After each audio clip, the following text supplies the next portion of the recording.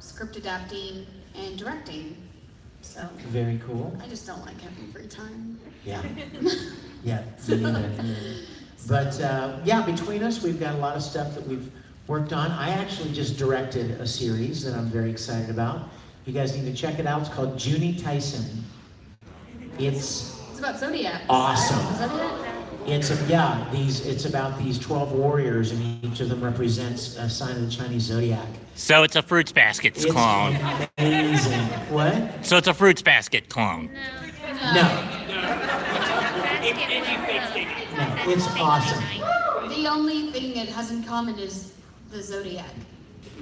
It's Fruits Basket and Fruits Basket, 2 words, Junie Tyson, 2 words. It has that in common too. I think that's about where it stops. But I just finished it, and I'm so excited. I'm so proud of how it turned out. Please check it out. It's doing really, really well. I think you'll enjoy it a lot. Where can you watch it? Funimation.com. And I guess Crunchyroll had the subtitle, and then I think the last 2 episodes are still. It's one of the simuldubs, so it comes out each week, and I think there may be 1 episode left that hasn't been released yet. But I'm very, very proud of it. A lot of great actors in it that you guys know. And check it out, Junie Tyson, you'll love it. Promise? Promise. Okay. So who's got a question? We can talk, like I said, we can talk about RWBY. I think a new episode's coming out, what, tomorrow? Yeah. You guys ready? Yeah. I'm just really happy they didn't kill Crow. Here's my... At the end of season 4, I got the script, so I was like, wait a minute, what is this? This is a mistake, right? You're fired. So, yeah, I was really worried about that. So happy when he came back. Never mind. But the girls... I wish there were more flashbacks. Happier flashbacks, too. Apparently. I'm not really particular on what kind they are. I just want to go in and work on it again. Well, I'm sure there will be. You don't have to be happy. If you want to know, Kristen, I've read a fanfic that crossed over RWBY with JoJo's Bizarre Adventures, Part 4, where young Ren and young Nora get thrown into the Stardust Crusaders saga. Well, Yeah, for a brief. if they choose to animate Yes. that, then I would be very happy. Yes, it is, Vic. Who's got... Yes, we'll let you start. Yes. You're dressed appropriately? Hi. It's Kat, isn't it? Say hi to Kat, everybody. Hi, Kat. Hi, Kat. Hello, Kat.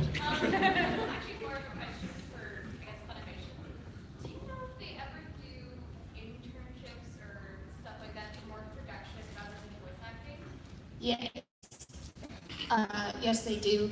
In fact, the person who guards our front door is usually an intern.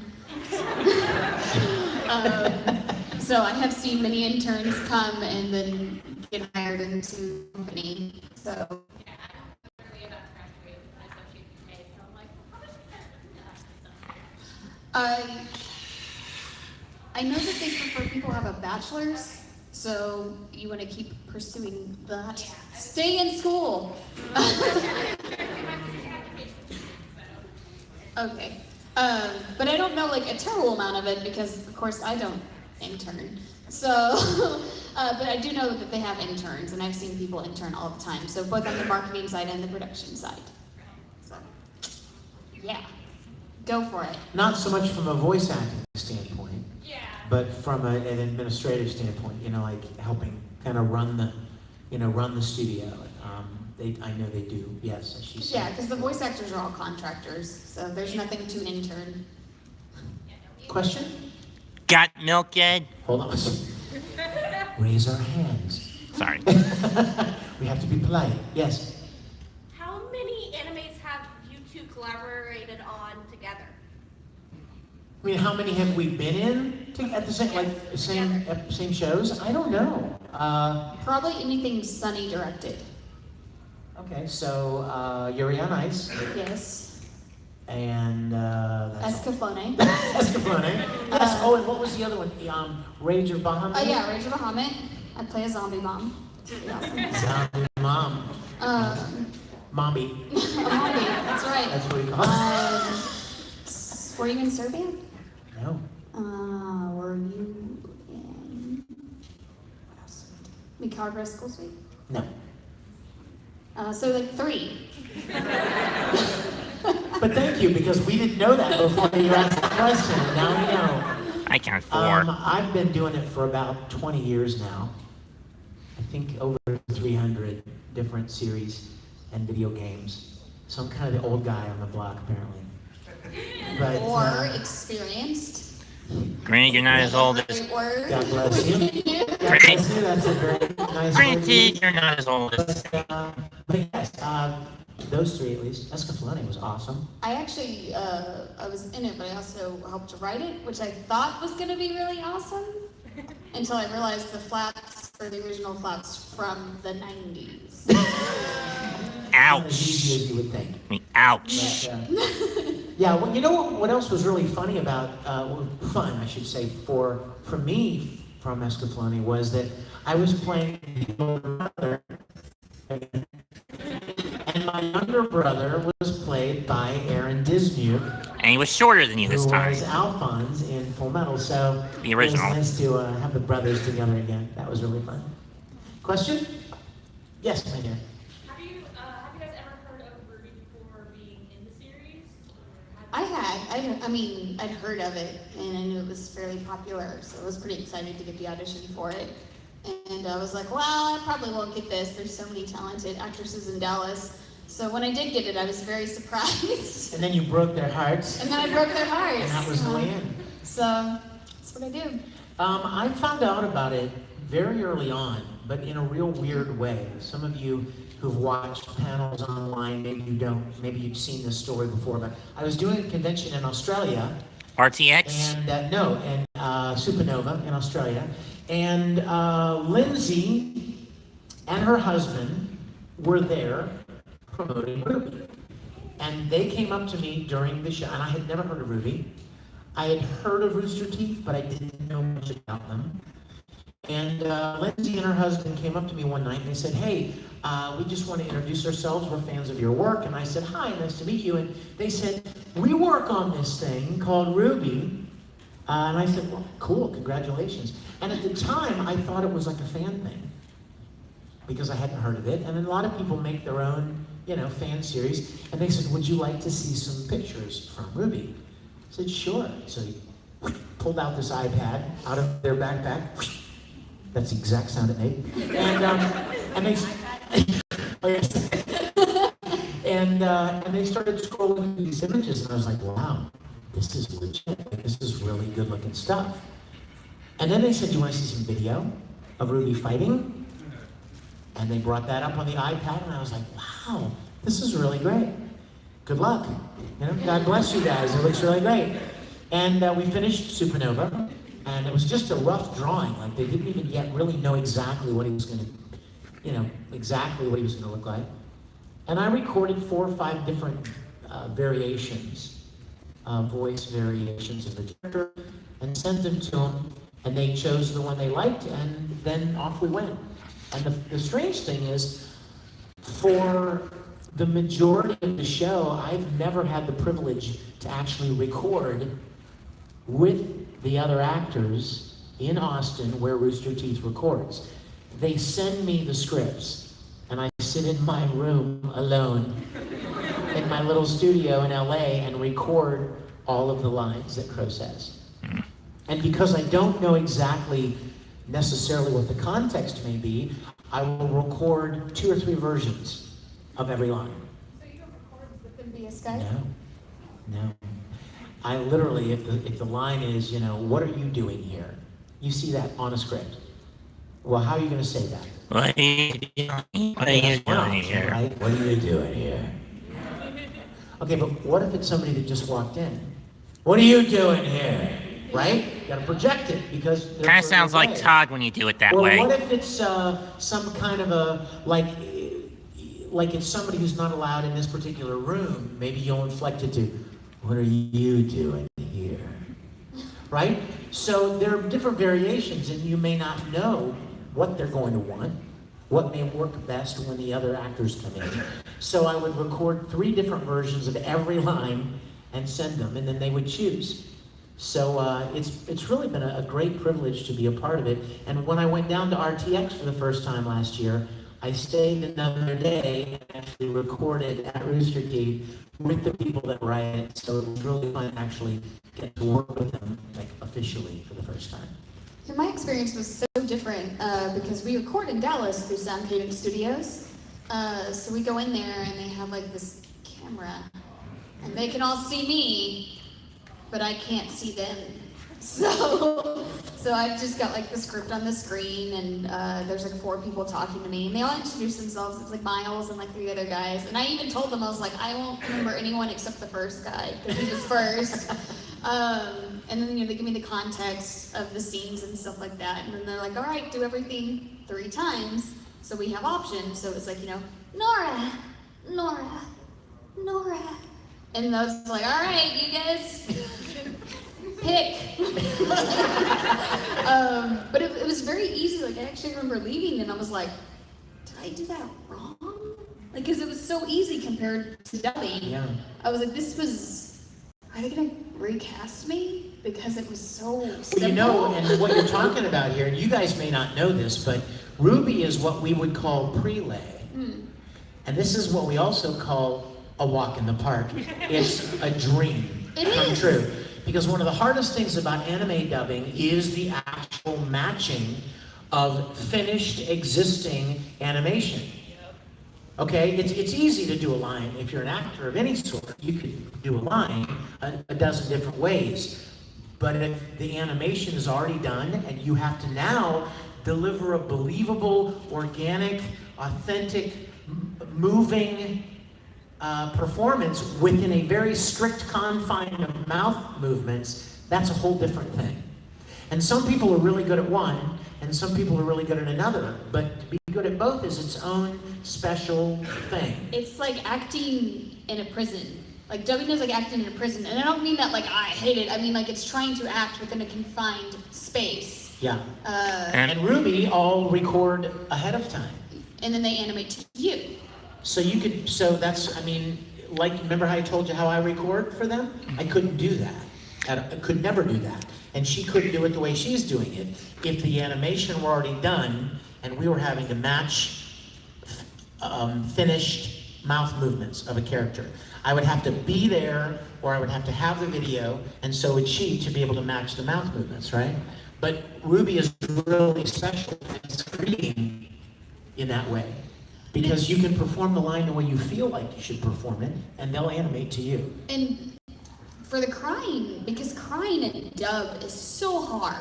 Because it's like their mouths are closed, and you're like, all right, hold on, I'm crying, and now open for a second, close again, and now there's a big sound, so you're gonna be like all this stuff. And so they were like, all right, well, we need you to cry. And I was like, how long?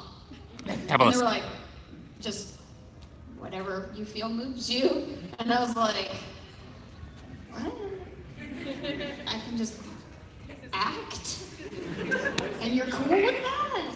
Okay. So it was a really freeing experience, and it felt, like I said, too easy, and I was almost certain they were going to recast me. I was like, I did something wrong. It was too simple. I did something wrong. So when it came out, I was like, woo! Didn't get recast. Good, pick somebody. I gotta pick somebody. Who's the lucky winner? You in the blue hat. For both of you, who's your favorite character Of the main 4? Nora. Wouldn't that be 8 or 7? Huh? out of like RWBY, Blake, Gang, and Block? Oh, the main 4. Wait, Nora's not one of the main 4? She should be. Main 7 or 8, yes. Main 4, no. Submit her for consideration. I'm really a bad person to ask because I'm gonna be honest, I only watched the episode I was in. It's gonna be a very short panel. Of the main 4, you know what? I've done enough. Here's my problem: is I have a really hard time separating the character from the actress. And when you spend a little time with the actresses or the actors, you come to love them and you become friends with them. And then, you can't, pick one of them. I've done so many events with the 4 of them. In fact, even beyond the 4 of them, like Elizabeth Maxwell, who plays Winter. and she and Crow have a bit of a thing, right? And you I'd rather not. fanfic know all about that, don't you? I'd rather not touch that with a I 10-foot believe they pole. call it Snowbird. The shipping of Crow and Winter. But Is it? you know what? I love Elizabeth, especially because if you've seen my Star Trek series, you know that I cast Elizabeth to play a character in one of my Star Trek episodes. And she's a great actress, and she did a great job as Winter, and she and Crow kind of have a connection. So, in general, I really like her a lot. But as far as the main four, I've done so many events with all four of them at the same time. I love them. They're all really wonderful girls. Lindsay, of course, is the one I met in first in Australia. She plays my niece. One of them, anyway. So, I love her to death. But then, Barbara and Aaron, and I mean, how could you, and Kara? How could you, I could never pick one. Beware the puns. Just kill me. Yeah, sure, I'll pick someone from this side now. Beware the puns. Yes. Do you think Funimation may go into more making anime, or No. so they're just gonna do dubbing?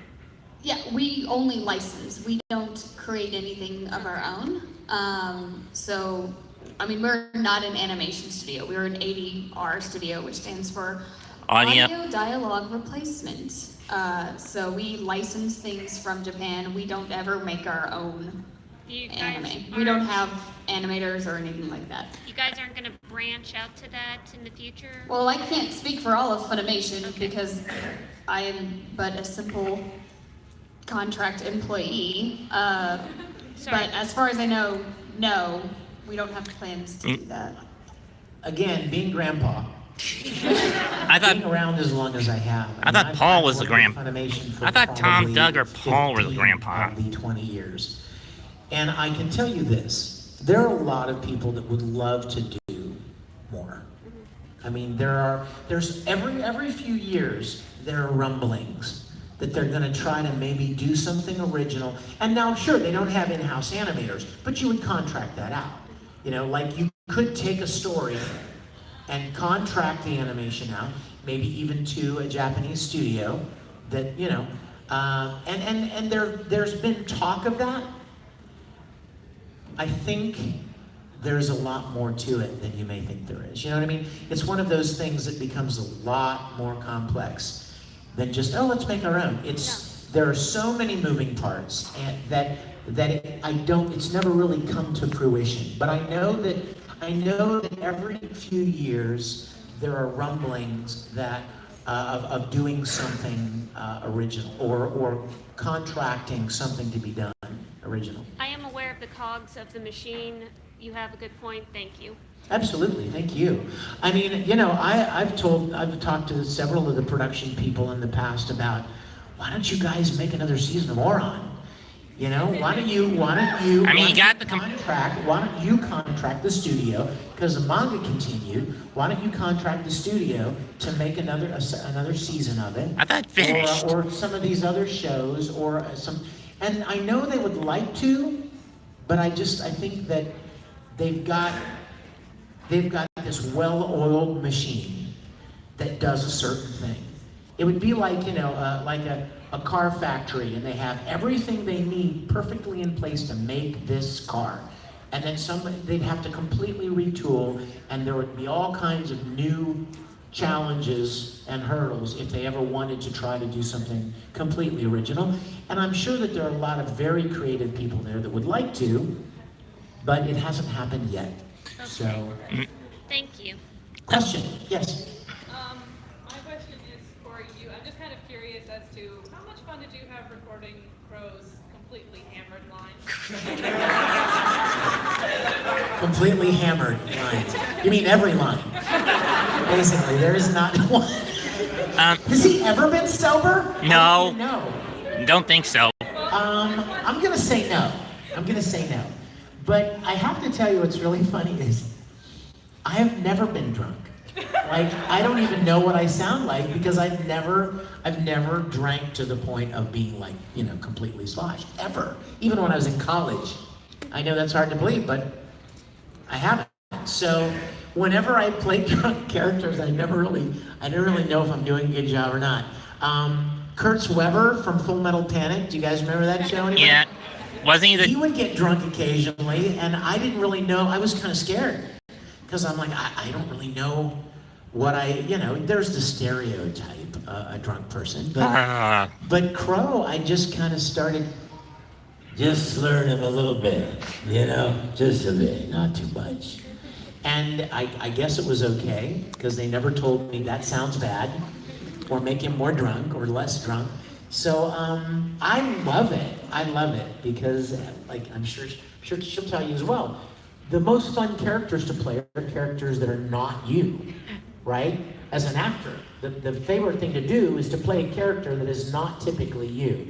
If you're just stepping in front of a microphone and being you, it's fun, but it's nowhere near as fun as trying to create something original that no one would ever hear you talk like this or sound like this in general.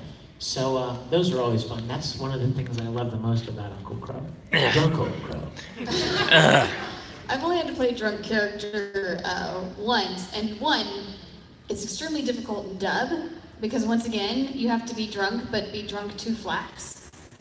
And I play a character, Rain Toyama, apparently takes 1 drink and gets sloshed.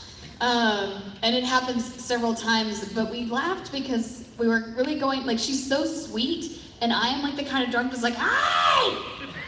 Come here! So it's really hard for me not to go that route, because I'm like, that's the only drunk I know, is the drunk I've been. And so I had to, he's like, be sweet. He's like, but be drunkenly sweet. And so I was like, all right, let me see what I can do with this. And I, to this day, maintain that Drunk Green sounds like Cartman from South Park. Screw you guys, I'm going home. Eddie and Lily, Captain. Screw you guys, I'm going home. Amazing drunk. How many of you have seen Ginny Tyson? Anybody watch Ginny Tyson yet? Clearly not enough of you. Check it out, but Colleen Clinkenbeard plays the tiger in Ginny Tyson, and she's drunk all the time. And she's so good. I'm serious. It's worth the show just for her performance. She's so good. And even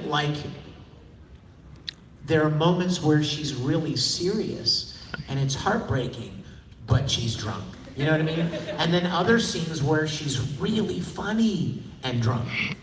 So there's that really fine line that a really good actor has to walk, where they can communicate, where they can be drunk and yet they're breaking your heart.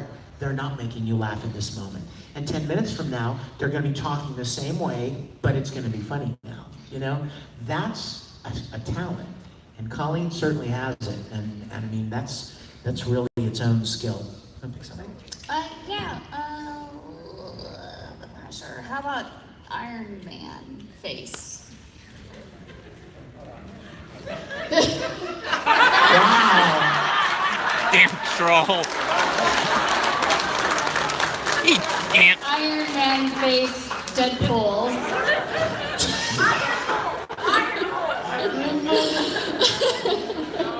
Take it all off, baby. Woo! I was about to pass out on that line. Anyway, I have 2 questions, if that's okay. First one is, when you get a character and you're still deciding, when you first get a character as a new character, what's the process of kind of trying to develop that character as a person with the voice? Do they give you it probably might be different for each time, but do they give you a lot of directions this is their character, this is how they are, or is it kind of have fun with it, we'll choose which one's better? First of all, it depends on the director, on how much information you're going to get, because I've been with directors that will give me an entire 10-minute backstory for a bit character that says 1 line. And then I've been with directors that are like, I didn't even watch this show, so let's just see what happens. So it could go either way. And I do feel especially now with the simul dubs, so much of it is kind of like figuring it out as you go, because we don't have anything to like watch to get to know our characters. We're getting to know them as this happens. And so it's really interesting, I think, to see if you watch the beginning of a series that's been simuldubbed to the end, it's interesting to see, I think, that little bit of shift in like a voice and the way you hold a character as you get to know them. For New Game, when I played Reen, I always play spunky lesbians. Oh gosh. My thing. Me too. Oh my gosh. Great, more competition. No, you beat me out on them every time. Reen was my first not spunky lesbian. She's still lesbian, but she's not spunky. She's very soft-spoken, and that's just like, my voice is a spunky voice, and I can accept that. So it was really difficult for me at first to get this gentle, caring side of her, because I'm not a gentle, caring person at all, ever. I'm just kidding. But I did really struggle when I left those first few sessions. Don't hurt me. I remember thinking, I'm like, I feel so bad. I've been doing this 5 years, and I feel like I'm letting the director down every time I go into the booth. And I hope he doesn't recast me. He of course was like fine with it. He was like, no, you're fine. But by the end of the series, once I had time to get to know her, that wasn't a struggle anymore. So I just think it depends on who you have as a director that's going to give you the information you need. How much of the series is available to get an idea of that character, because sometimes you don't have any idea. Some of the factors that go into deciding a character from the beginning, at the beginning. Obviously the director, he's supposed to kind of know a bit about the show or the characters, so he may have some thoughts. That's one input. Another input, which is huge, is the character design itself. What does he look like? How is he drawn, right? We could put a picture up on the screen of the character and say, okay, what would he sound like, right? And if you had to come up with a voice, you would look at him carefully. You'd look at the shape of his face. Is he wearing any glasses? What do his clothes look like? What kind of facial expression is he making? What kind of hair does he have? And you would do your best to pull from that input to help you with the voice. So, director, character design. Third one would be the actor, what the actor's input is, what he thinks the character should sound like. Or she. And then the fourth one would be, occasionally, not always, but the original Japanese. Sometimes they want you to sound like the original guy, especially if it's a big show. If it's a big show, the Japanese company that created it wants to continue to have a great deal of control over it, so they want to make sure that you choose somebody that they like for these big roles. So that's a fourth input, is the Japanese original. Do we want him to sound like the original guy, or do we want to do something different? So those are four inputs at the very beginning of a character and finding a voice. And then, like she said, as you continue, you always tend to develop the voice and you settle into the character, you find out more about him, and then the character grows throughout the series. Yeah, so.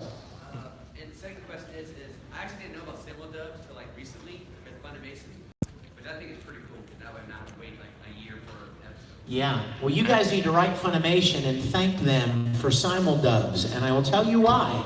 Because the big complaint for years has been, well, it takes too long, I want to see it now. And so Funimation's like, well, what do we do? Like, how can we possibly get it out quicker? And they've gone to amazing. They make the writers write a script in 2 days. Yeah. Like they've got studios going all day and all night and cranking out these 10 a.m. to 10 simuldubs p.m. to get them out within a week of them being released in Japan. Guys, I'm writing a script at this con. She's writing a script under the table right now. But yeah, I show you, but NDAs. So. Yeah, and you know what? When I directed Ginny Tyson this past October, November, December, 12 episodes. I lived in Dallas for 12 weeks and directed this show every night, and I was amazed at how quickly things have to happen. Like, I would see a new episode on Saturday, and I have to be recording that episode Monday. as in 2 days later. Weekend days. I've got to decide who's going to play new roles, and then send that to the scheduler, and she's got to call them and try to schedule them On the weekend? during the weekend, and then we've got to get everything recorded within Monday, Tuesday, Wednesday, Thursday, Friday, because it's got to be done, because the next one's coming on Saturday. That is a tangent. What was your actual question about simul-dubs? Basically, y'all already answered it. I was asking, like, how difficult and Very difficult. It's very challenging. Nobody appreciates us.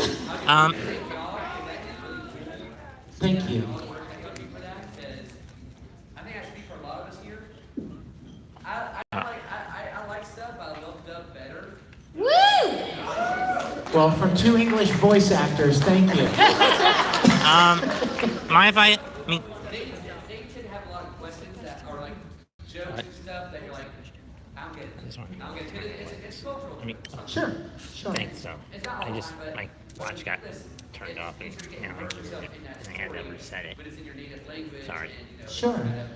Well, and as a scriptwriter, it's our job to make the joke funny in English. That's when people get upset that it's not exactly like the trans. I'm like, well, I'm sorry, this isn't funny in English. So if you want to laugh, I have to change it. And So do me a favor, you and any of you guys that appreciate the simul-dubs, go home and write Funimation and just thank them for all of the work that And they tell are them putting what in. fabulous directors we are. So they'll keep contracting. Just thank them, because the only reason they're doing it is because they want you guys to get it quick, because they know that's something that's important to you. So thank you. Thank you. Yes, my dear. What has been some of like your favorite character moments so far on the show? In RWBY? I really loved that part with Drunkle Crow. He's a hoot. I laughed so hard. question. You're a good kid. Question. I like you. Question. I really enjoyed the first RWBY Chibi. When Uncle Crow came into RWBY Chibi, I didn't even know they were doing RWBY Chibi. And they called me and like, we're doing RWBY Chibi. I'm like, really? That's a thing? And when they said, yeah, Crow's gonna be, we're gonna introduce Crow. That's the cool. And I had not seen it. And I was at RTX, and they showed it. They premiered the first RWBY Chibi that Crow was in. And I just sat there on the stage and watched it and just laughed. I mean, I loved it so much. So I have a very special place in my heart for the little RWBY Chibi stuff, especially the one where their dad's trying to convince them how cool he is. Dad jokes! Light off fireworks and do all kinds of illegal stuff. I love it at the end when he's like, something. Crow says something like, you're welcome, and they're like, you didn't do anything. And he's like, didn't I? Here's That was my favorite part too. here's my question. Here's that $20. Right here. Yes. I'll make you a deal. I'll keep. You just raise your hand without yelling out. I've been doing that. No, but you've been talking out, and we need to be, polite, All right. All right, So sorry. if you just be polite, then we will call on you. How about that? All right. Sorry. Go for it. Anytime you guys were recording RWBY or RWBY Chibi, any episodes that involved Barbara's groan-worthy puns, was everyone else in the studio screaming, "God damn it, Barb!" I love Barbara. She can say anything she wants because I love her. You know what? Again, I mean, I don't think she's not been a part of that yet. Well, I mean, you've seen the fan reaction videos of those episodes where she's dropping puns left and right, and I'm groaning along with them. Ugh. Do you like them? Do they make you laugh? Best puns. More like face palm worthy. Really? In a good way or a bad face palm?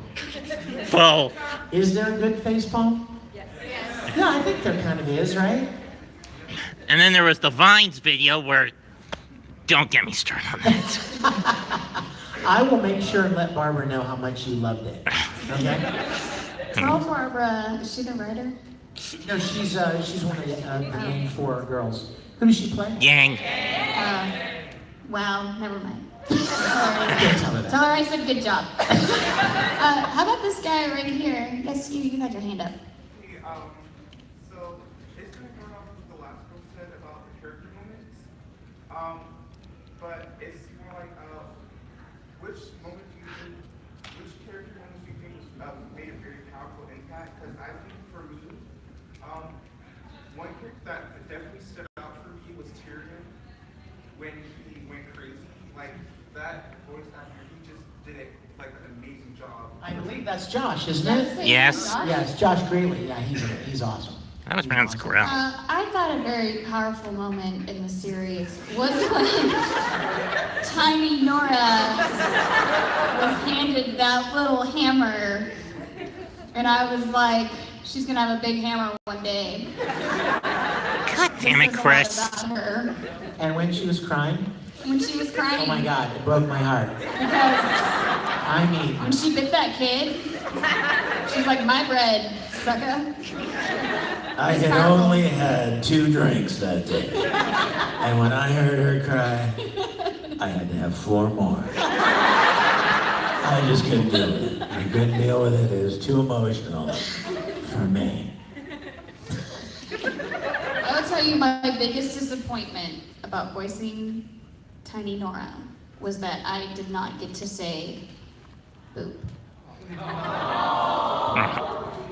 It really hurt me. That's why I cried so much in that episode. missing boob. Yes, sir. Right here, yeah.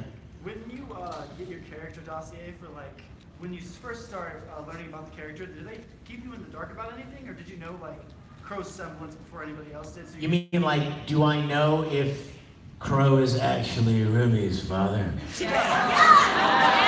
you like to know the answer to that? No. Well, suffer. Thank you. In the words of Mick Jagger, you can't always get what you want. Thank you. You know what? I don't know squat.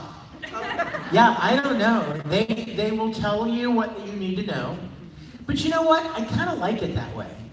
Because it keeps it fresh. You know what I mean? If you knew what was coming, then there wouldn't be that element of surprise. And let me ask you the obvious question.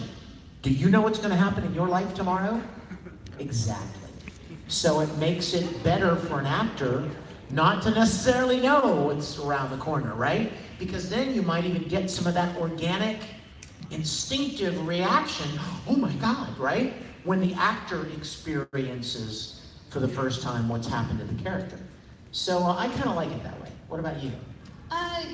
Yeah, I have to agree. One of the directors I enjoy working with the most, which is Clifford Chapin, told me, he was like, I would prefer if you don't watch ahead. He's like, because your performances are better when you don't. He's like, when you come in and you don't have an idea of what you want to do, he's like, I think your performances are better. Because on Gossick, there was no legal way to watch ahead. I thought it was pronounced so I had to go in Gossick. cold. I had no idea what Cecile sounded like when I auditioned for her.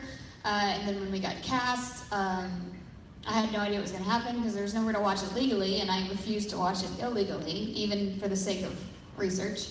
So I was like, well, I guess we're just going to go on this journey. And he says it's some of my best acting. So yeah, unless the director, because there are some directors that are like, hey, go ahead and watch ahead, that way I don't have to explain as much. Unless they ask me to, I try not to watch ahead. So it'll be real. Yeah, absolutely. There were, don't want to kind of derail into a Full Metal conversation, but there were several scenes in Full Metal where I was so emotionally moved by what happened as I was finding out. I would be in the booth and would watch a scene and start tearing up and be very moved by it, and the director would say, do you want to take a few minutes? And I would say, no, are you kidding? No. Like, let's record now. Hurry, you know what I mean? While it's still visceral and real. So yeah, I think that's probably the best way to do it. That's what I think. Anyway. You want to pick somebody?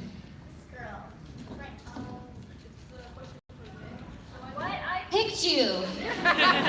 You just betrayed me. Wow, I see that.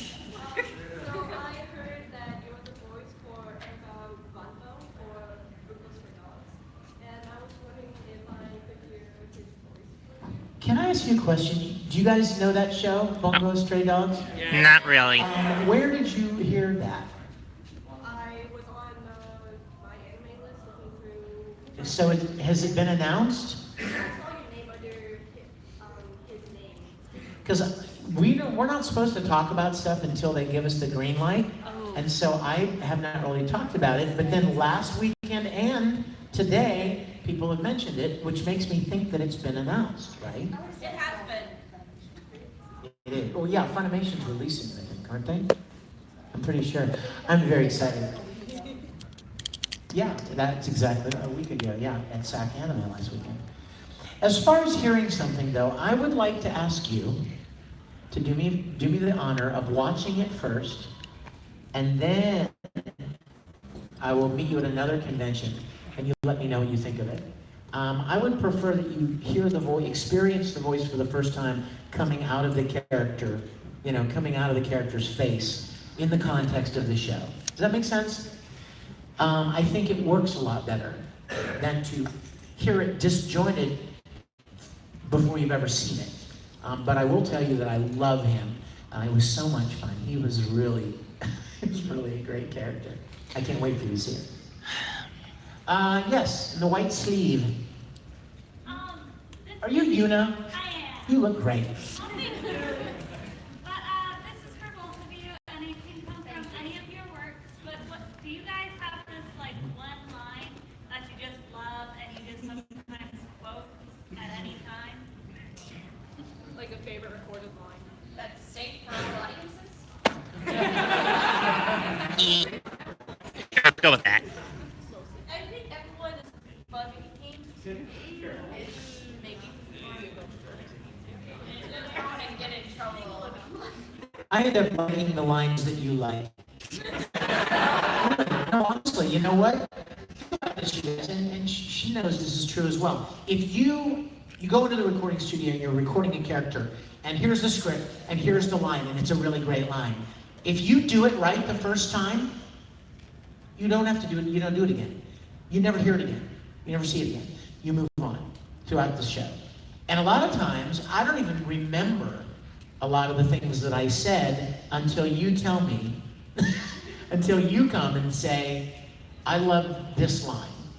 And then I'll start doing lines that people will ask me to do from certain shows that I didn't even remember saying the first time because you just went right past it, right, real quick. But some of my favorite lines have become ones that you guys enjoyed, ones that I learned from you that you thought were funny or weird or sad or whatever. So those are the ones that I like, whether it's the coffee line or a Full Metal Short line, rant. or Who's in danger? It's so obvious to me to say, who do you think? And the director, it was so funny that we kept that, even though that probably wasn't the intention that line was supposed to be. And so in that moment, she's like, she's in danger, and he's like, who do you think? And it's so great. I love that line so much. My friend ripped away file off of the episode when it came on DVD and got a keychain made of it for me, which is a really thoughtful gift. wow, that's yeah. cool. That's very cool. Yeah. 5 minutes? We have 5 minutes. Yeah. Let's tell people where they can find us the rest of the weekend. Go ahead. Tell them. I have an autograph session at 4 today. Thank you. 4 today, so if you want me to write on your stuff, bring that.